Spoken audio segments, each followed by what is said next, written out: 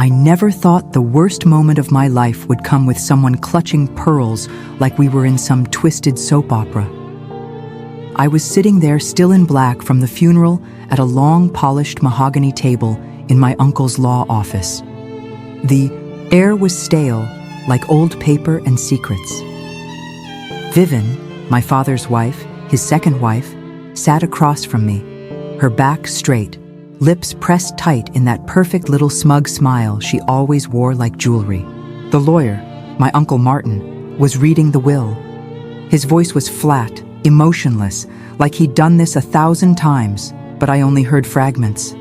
Words like estate, primary beneficiary, transferred assets. Each time he said her name, Vivian Brooks, something inside me twisted tighter. Our house, my father's business, the silver cufflinks he wore to my high school graduation, even the baby grand piano in the corner of our living room, the one my mom used to play before cancer took her away.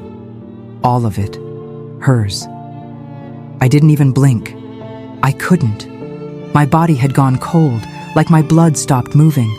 My hands were folded in my lap, and I remember gripping the edge of my black dress so tightly my knuckles turned white. Vivian's hand flew to her chest as the last asset was named.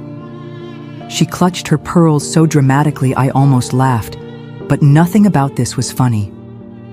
Her fingers curled tightly around the necklace, and she turned her head toward me with this look. Not pity, not kindness, just satisfaction, like she had won some kind of prize. Then she leaned toward me just slightly and whispered low enough that only I could hear. "You weren't really his child anyway." The words were like ice water down my spine. My ears rang. My mouth went dry. I could hear my own heartbeat, louder than anything else in that room. Did she just... I blinked at her frozen. My stomach dropped, so hard it made me nauseous. Was she lying, or was that the truth? Had my entire life been fake? I wanted to scream. I wanted to grab something, anything, and demand answers. But I sat there, number betrayed. My mind was racing in 1,000 directions, but my body wouldn't move. Why would she say that? Why now would my father know?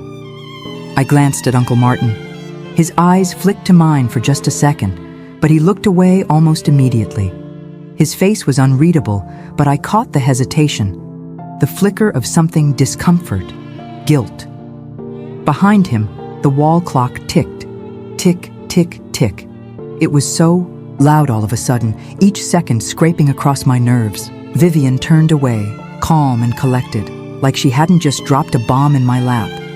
Her perfectly manicured hands smoothed down her skirt, and she crossed her legs with grace that made my skin crawl. I should have said something. I should have screamed, "You're lying!" or "How dare you!" But the words were stuck in my throat, choking me. And then I remembered the envelope in my bag, the sealed DNA test, and the second will dated just days before my father died. It was like a match had been struck inside me, cutting through the fog of shock. I took a slow breath. My fingers reached, down under the table, brushing the leather strap of my bag. Not yet, I told myself. Let her talk. Let her feel safe. She had no idea what I was holding, but in just a few minutes, everything would change. And her face, that smug little smile, it wouldn't be there anymore. Before that moment, before the pearls, before the whisper, I honestly thought the hardest part of losing my dad was already behind me. His name was Douglas Brooks. To the world, he was a respected architect, the man behind half the buildings, downtown.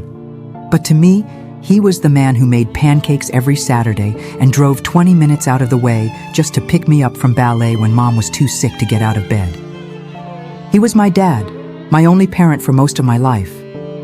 My mom, Laya, died when I was 9, ovarian cancer. It tore through her like wildfire. One day, she was playing the piano in the living room, and a few months later, I was staring at a closed casket with my tiny hand in his. From that day on, it was just the two of us. He didn't always know what he was doing, and I think a part of him never stopped grieving, but he tried.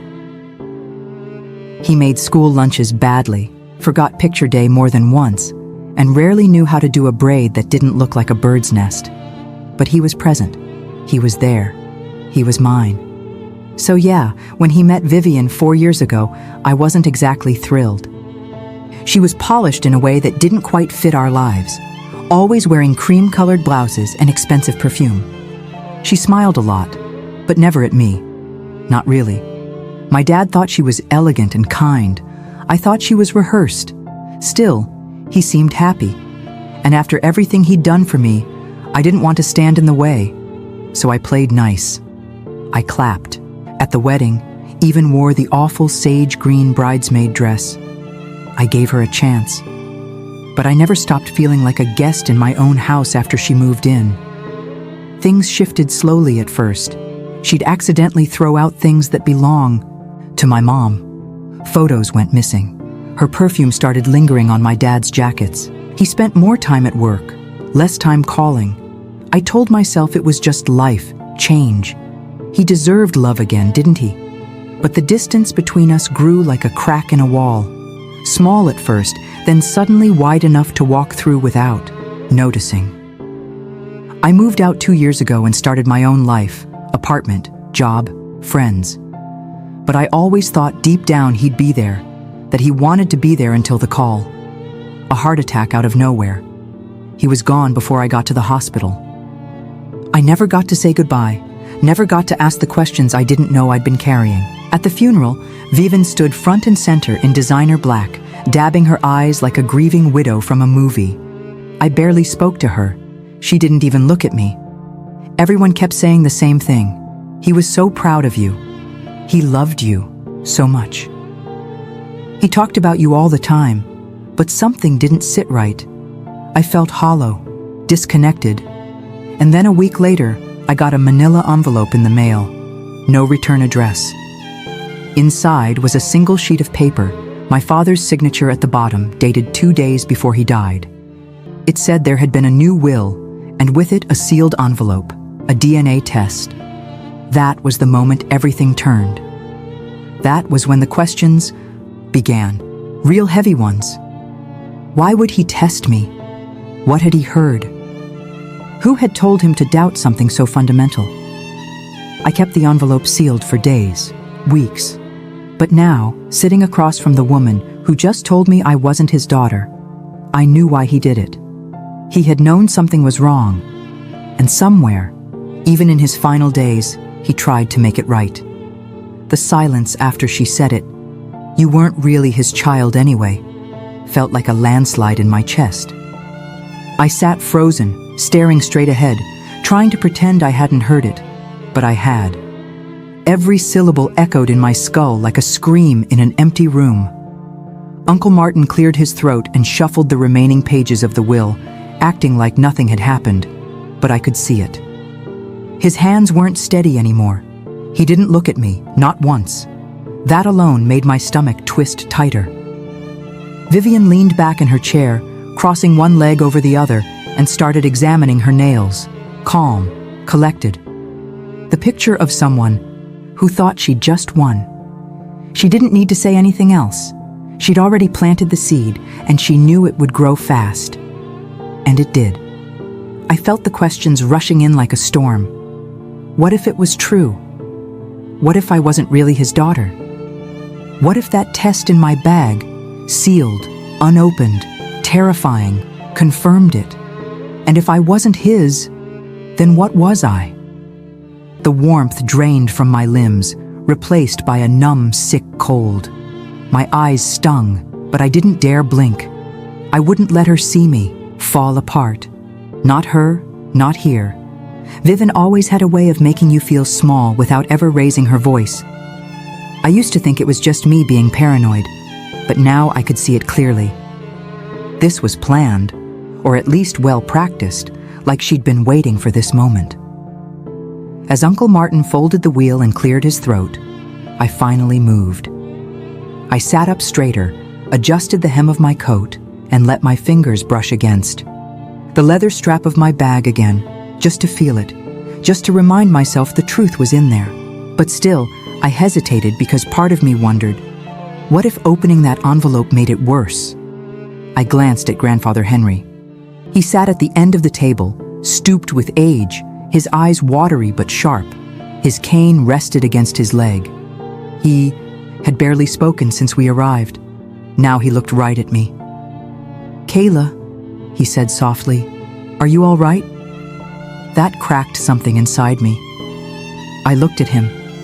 This man who had held me on his knee as a child, who once slipped me $20 bills with a wink and said, "Don't tell your dad." "I don't know," I said. My voice was barely there. He nodded slowly. "You're his daughter. That's all I've ever known." Vivian rolled her eyes. "Oh, please. Sentiment doesn't change facts." I turned my head slowly to her. "Facts?" I said louder. Then I meant to.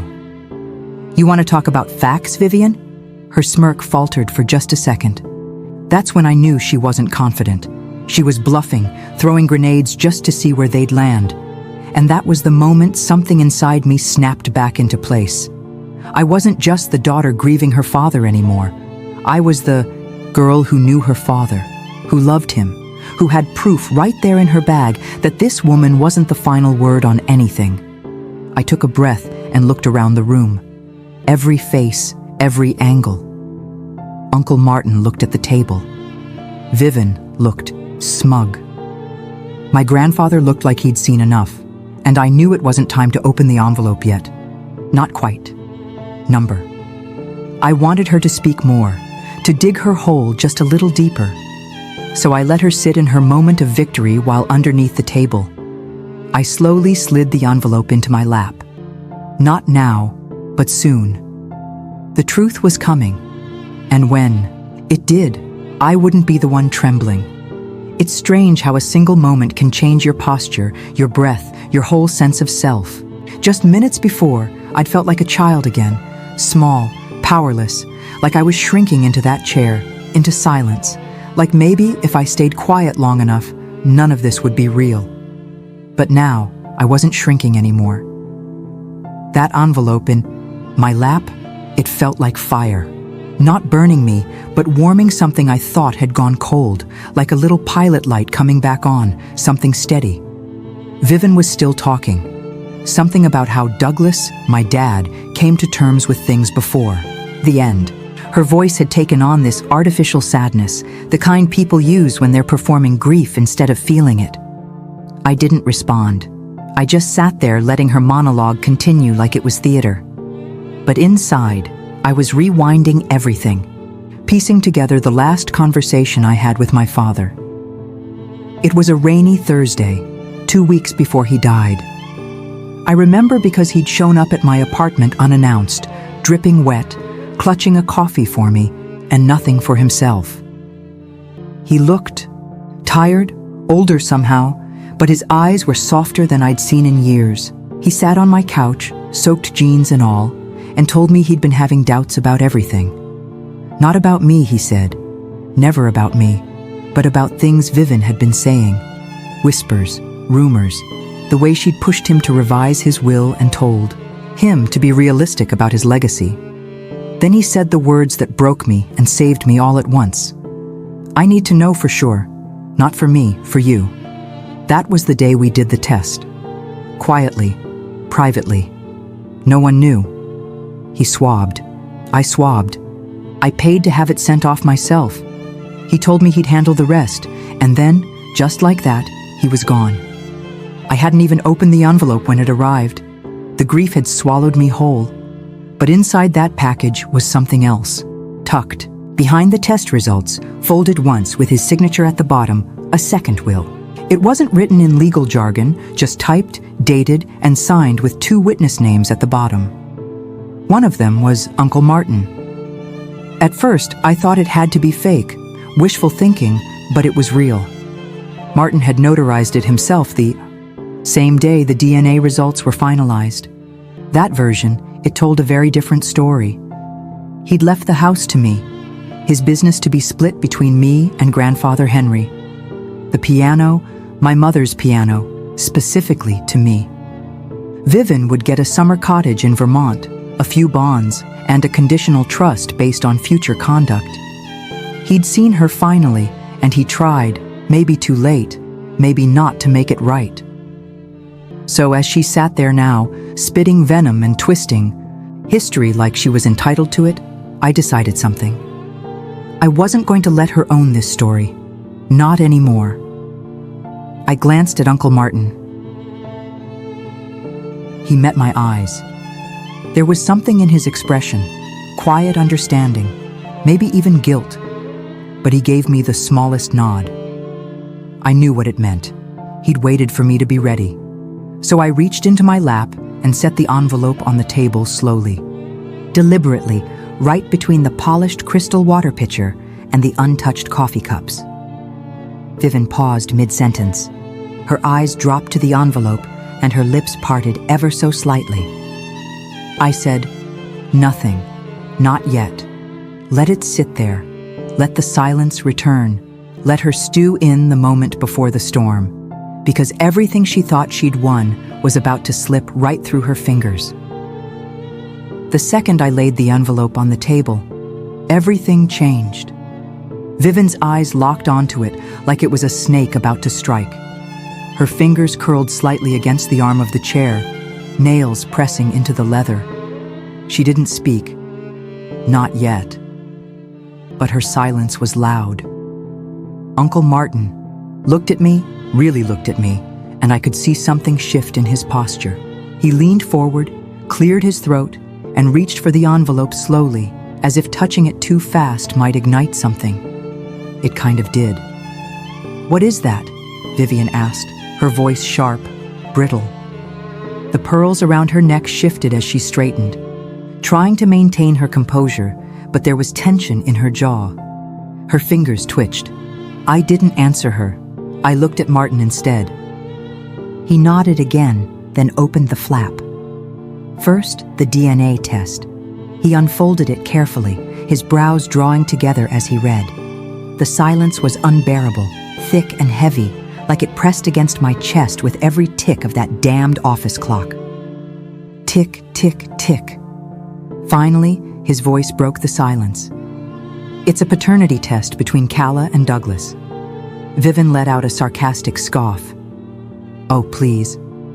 Now she comes up with a test. Really?" Martin didn't flinch. He turned the paper toward the table, holding it flat. 99.98% match. Douglas is her biological father. I heard the sharp inhale. Vivian tried to hide. Her shoulders stiffened. Her mouth opened, but nothing came out. She blinked once, twice, then laughed.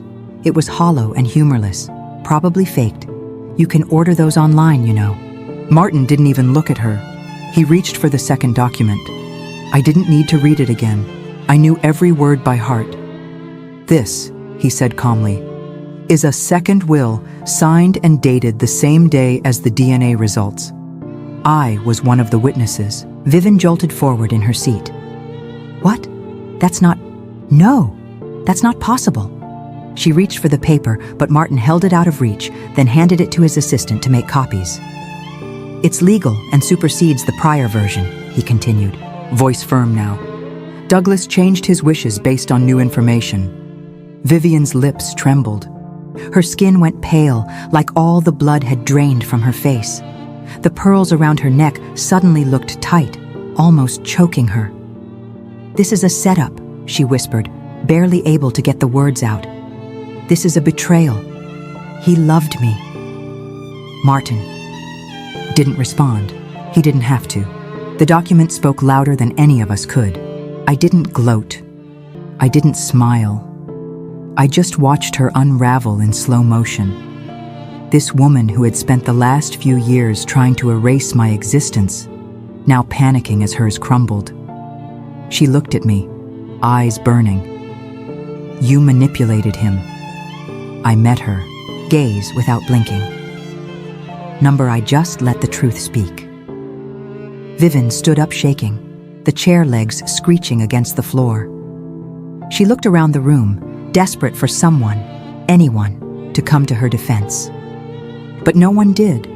Not Uncle Martin. Not Grandfather Henry, who sat watching with quiet, proud eyes.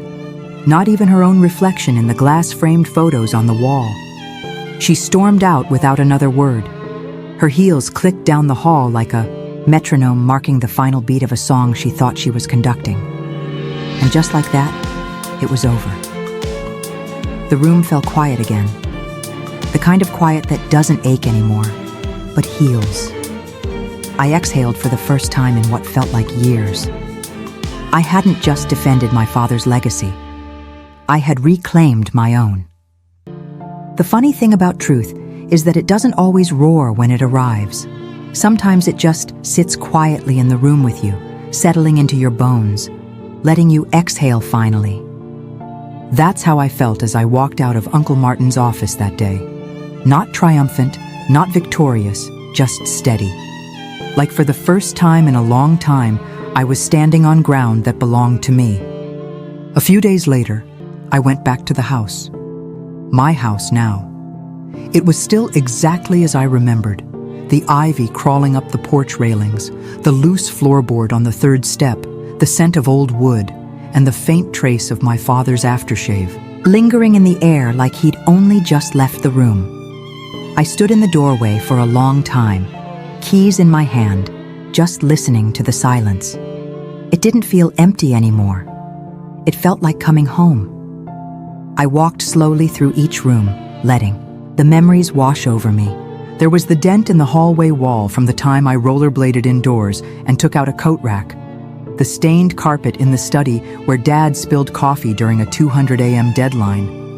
My initials carved sloppily into the back of the piano bench when I was 7 and thought it was cool. And then the piano itself, still gleaming, still in tune. I sat down on the bench and pressed a single key. The note rang out soft and clear. I hadn't played in years, but somehow my fingers still knew where to go. I started playing one of the songs my mother used to love. I could almost hear her humming along, and I cried, not the broken, heavy sobs I'd been carrying. These tears were something else, lighter, cleansing. I wasn't just mourning anymore. I was remembering, reclaiming, and letting go. Vivian tried to reach out a week later. A single text. We need to talk. I deserve a conversation. I stared at the screen for a long moment before deleting it without replying. She didn't deserve any more of my time. My father had made his decision twice, and I had made mine. He wasn't perfect. He doubted. He delayed. He left some things unsaid until it was nearly too late. But in the end, he chose me. Not because of a test or a paper or biology, but because of love. That's what I hold on to now. Grandfather Henry moved in with me not long after.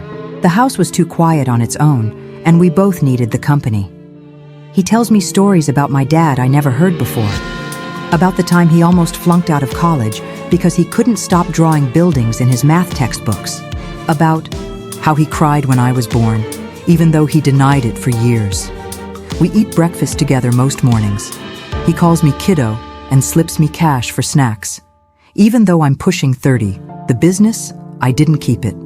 It was never my dream. I sold it to someone who respected what my father built and used the money to start something of my own. A community arts program for kids. It felt right, because legacies aren't just buildings or bank accounts. They're the quiet moments. The music still echoing through old walls. The people who stay long after the ones who tried to tear you down are gone. This isn't just a story about a will or a test. It's about holding on to your truth when everything else is trying to rewrite it. It's about family, not just by blood, but by choice.